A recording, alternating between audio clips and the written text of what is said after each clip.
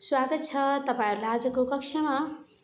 मैले कक्षा 9 को पाठ 5 मा समावेश गरिएको सत्यमोहन जोशीको जीवनी अन्तर्गत अभ्यासमा प्रश्न नम्बर 10 मा सोधिएको छ। सत्यमोहन जोशीलाई जीवनीका आधारमा देशभक्त व्यक्तित्वका रूपमा चिनाउनुहोस् भनेको छ। सत्यमोहन जोशी नेपाली भाषा साहित्यका एक अविश्रान्त साधक तथा नेपाली भाषा साहित्यका वरेण्य व्यक्तित्व हुन्। उनको जन्म विक्रम सम्वत 1977 साल वैशाख 30 गते भएको थियो। यिनी शङ्करराज जोशी र राजकुमारी देवीका ज्येष्ठ सुपुत्र भएर जन्मेका थिए।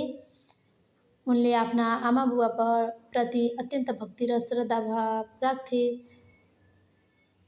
उनी सत्यमोहन जोशी यस्ता व्यक्तित्व हुन् जसले आफ्नो हितका लागि, आफ्नो भलाइका लागि नभएर देशको लागि, राष्ट्रको लागि समर्पित भएर आफ्नो सारा जीवन देशको लागि समर्पण गर्न एक सफल अविस्मरणीय साधक हुन्।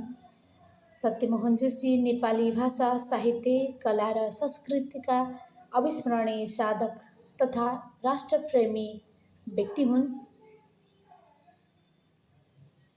उनले आफ्नो व्यक्तिगत स्वार्थभन्दा माथि उठेर राष्ट्र र राष्ट्रभाषा संस्कृतिको संरक्षण तथा विकासमा जीवन समर्पण गरे।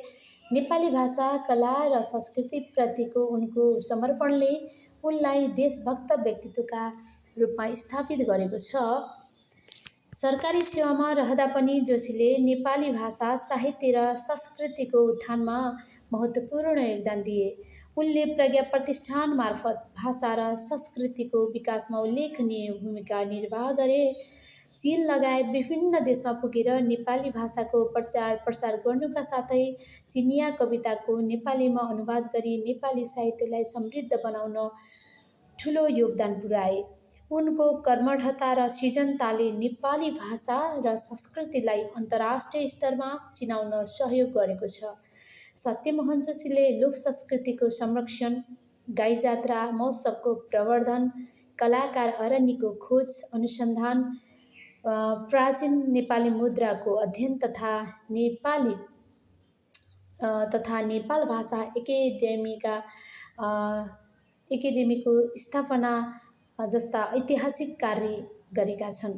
कर्णालीको लोक संस्कृतिको अनुसन्धानमा पनि उनको विशेष योगदान रहेको छ।